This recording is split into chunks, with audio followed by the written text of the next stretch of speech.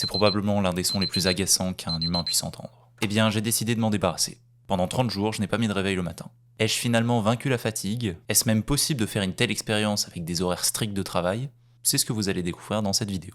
Je vais également vous partager 4 astuces simples basées sur la science des rythmes circadiens afin d'améliorer rapidement la qualité de votre sommeil et de votre récupération. Premièrement, quels sont les intérêts, s'il y en a, à réaliser une telle expérience? Pour répondre à cette question, nous devons regarder du côté des cycles du sommeil. Le sommeil se compose de cycles successifs. Chacun de ces cycles est découpé en différents stades, les plus connus étant le sommeil léger, le sommeil profond et le sommeil paradoxal. Ces cycles dureraient environ entre 90 et 110 minutes. Lorsque nous nous réveillons sans alarme ou autre élément extérieur, notre corps peut terminer son cycle naturel de sommeil. En revanche, être réveillé brutalement par une alarme, en particulier pendant une période de sommeil profond ou paradoxal, peut entraîner une sensation de fatigue et de confusion, et ce sur tout le reste de la journée. C'est ces fameuses journées où le réveil est très difficile, peut-être à cause d'un horaire inhabituel, et où l'on reste à moitié endormi dans les transports en commun et au travail. Ces matins-là, globalement, nous savons que la journée va être très longue. Ce phénomène a un nom, c'est l'inertie du sommeil. Donc la prochaine fois que vos amis vous diront quelque chose du style « Bah dis donc, t'as mauvaise mine ce matin », vous pourrez leur répliquer que vous êtes en pleine inertie du sommeil. Plus sérieusement, l'idée derrière la suppression d'une alarme le matin serait donc de respecter les cycles naturels du sommeil ainsi que nos rythmes circadiens. Les rythmes circadiens, c'est notre horloge interne personnelle. Et cette horloge va venir réguler différents processus biologiques comme le sommeil, la température corporelle, la sécrétion d'hormones, etc. Et ce cycle durerait environ 24 heures, plus 15 ou 30 minutes en fonction des études. Étant donné son grand champ d'action, cette horloge se trouverait un petit peu partout dans notre corps, avec comme chef d'orchestre le noyau suprachiasmatique situé au niveau du cerveau.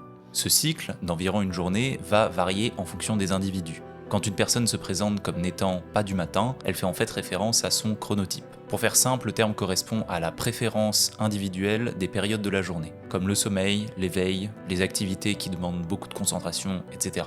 Et cette préférence se base sur différents critères, dont la génétique. Ne pas avoir d'alarme le matin pourrait entre autres nous permettre de mieux nous aligner sur notre chronotype naturel.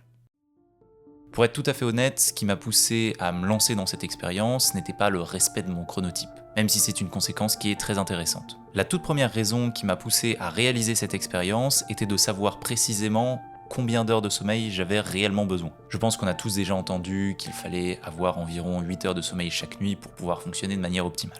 Et après avoir fait des recherches sur le sujet, j'aimerais apporter 2 précisions qui potentiellement sauveront vos nuits. Rien que ça. Premièrement, 8 heures de sommeil n'est pas égal à 8 heures au lit. Lorsque l'on conseille d'avoir 8 heures de sommeil, il faudrait en fait ajouter à cela les minutes ou potentiellement les heures en fonction des individus durant lesquels nous sommes éveillés. J'aimerais faire partie des gens qui posent un pied dans le lit et s'endorment immédiatement, mais malheureusement ce n'est pas le cas. Deuxièmement, 8 heures de sommeil correspond à une moyenne. Or, une valeur moyenne n'est pas forcément la valeur optimale pour tout le monde. En me penchant sur les travaux du professeur Russell Foster, qui est spécialisé dans les neurosciences des rythmes circadiens, celui-ci mettait un point d'honneur sur le fait que le nombre d'heures de sommeil variait en fonction des individus. Selon la recherche, cette variation pouvait encadrer entre 6 heures et 11 heures de sommeil par nuit pour un adulte en bonne santé. Pour revenir un peu sur mon expérience de 30 jours, durant les 2 premières semaines, j'ai dû passer environ 11 heures par nuit dans mon lit, puis ça s'est stabilisé aux alentours de 9-10 heures. Ok Elian, mais comment je peux mesurer personnellement le temps de sommeil dont j'ai besoin? Ma recommandation serait de mener une expérience similaire à la mienne pendant une période où vous avez peu d'obligations. L'idéal serait par exemple une semaine de vacances. Je pense qu'un week-end est une période un peu courte, ce qui, selon moi, fausserait les résultats. Pendant cette semaine d'expérience sans alarme pour vous réveiller le matin, je vous conseille de tenir quelque chose comme un journal du sommeil. Vous pourriez par exemple y noter vos heures de sommeil par nuit, vos niveaux d'énergie au cours de la journée, votre humeur ou autres facteurs en lien avec vos nuits. Et pour ceux d'entre vous qui n'ont pas de période sans obligation d'horaire, je vous donne quelques solutions en fin de vidéo. Avec cette expérience, vous devriez avoir une idée un peu plus claire de vos propres besoins personnels. Vous avez sûrement déjà entendu qu'il fallait éviter de manger tel ou tel aliment le soir, certains ne jurent même que par la soupe au dîner. Ici, j'aimerais vous parler de la consommation de glucides le soir, et est-ce que c'est une bonne idée ou non. Premièrement, la consommation de glucides va venir provoquer une sécrétion d'insuline, qui va notamment permettre l'absorption du glucose dans le sang.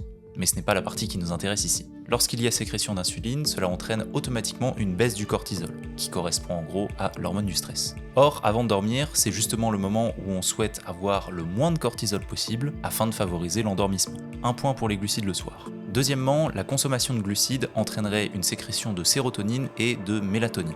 La sérotonine est un neurotransmetteur lié au bien-être et à l'apaisement, tandis que la mélatonine est souvent présentée comme étant l'hormone du sommeil. Je vous ai trouvé 2 articles scientifiques qui présentent ce mécanisme, et pour les plus intéressés, les liens sont dans la description. Pour résumer et simplifier, la prise de glucides le soir provoquerait donc une baisse des niveaux de stress, ainsi qu'une augmentation de la sensation d'apaisement et de somnolence. Et même si le deuxième article, datant de septembre 2022, émet une réserve quant à l'impact réel de ces mécanismes sur le sommeil, je pense qu'il est intéressant de tenter l'expérience par vous-même. Donc si vous aimez manger un plat de pâtes le soir, allez-y, foncez.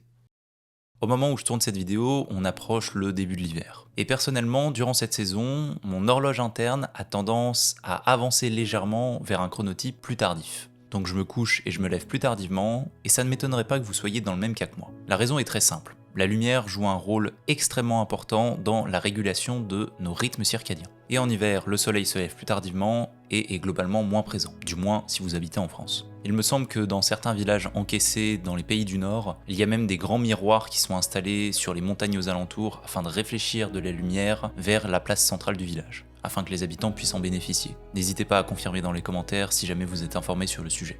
Là où je veux en venir, c'est que nos yeux sont plus ou moins sensibles à la lumière en fonction du moment de la journée. Il y aurait d'ailleurs 2 périodes critiques, les premières heures de la journée et celles juste avant de dormir. Pour ce qui est de la lumière le matin, je vais passer assez vite sur le sujet car je l'ai déjà traité dans une autre vidéo que je vous mets juste ici. L'idée est que nos yeux vont avoir besoin de beaucoup de lumière pour pouvoir régler notre horloge interne. Donc simplement allumer les lumières de votre habitation ne va pas suffire. Car en réalité, l'environnement intérieur n'est pas assez lumineux. On y dépasse rarement les 1000 lux. Pour vous donner un ordre d'idée, il est facile d'atteindre les 10 000 lux à l'extérieur. L'idéal est donc de se poser quelques minutes dehors, au soleil, et ce, même par mauvais temps.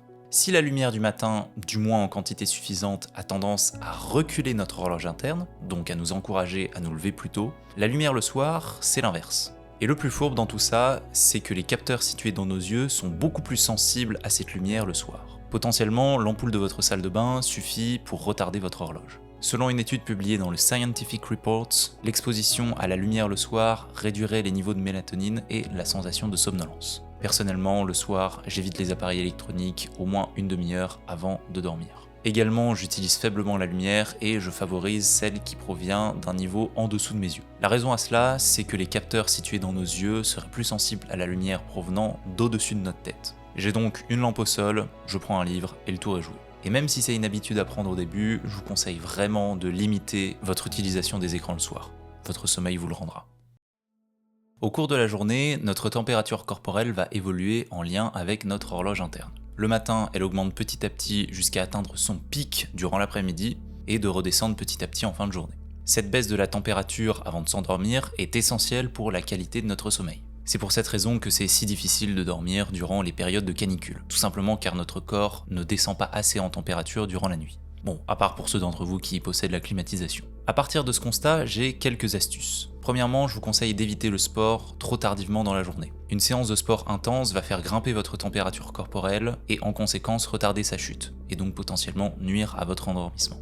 Deuxièmement, vous pouvez prendre une douche chaude, voire vous faire un sauna si vous y avez accès. Cela peut sembler contre-intuitif dit comme ça, mais lorsque vous prenez une douche chaude, par effet de compensation, votre corps va redescendre en température en dessous du niveau initial, donc celui d'avant la douche. Troisièmement, je vous recommande de garder votre chambre assez froide, c'est-à-dire aux alentours de 18 degrés. Mais j'imagine que cela varie en fonction des individus. Un environnement assez frais contribuera à maintenir votre température corporelle assez basse, ce qui favorisera votre récupération. Avec tous les points qu'on a évoqués dans cette vidéo, vous avez maintenant toutes les clés en main pour améliorer drastiquement la qualité de votre sommeil. Il ne reste plus qu'à les essayer et les adapter.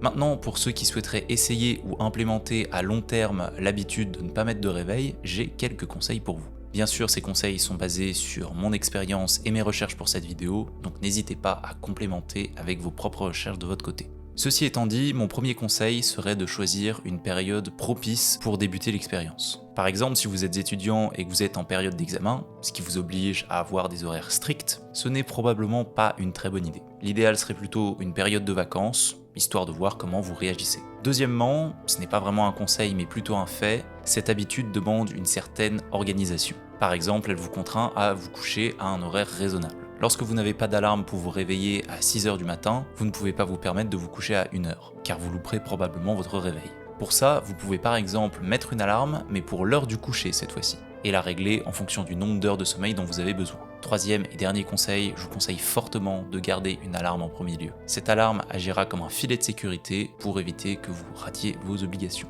Et pour ceux qui souhaiteraient un entre-deux à cette expérience, sans le stress de potentiellement perdre son emploi ou de rater son année, vous pouvez par exemple utiliser une application comme Sleep Cycle.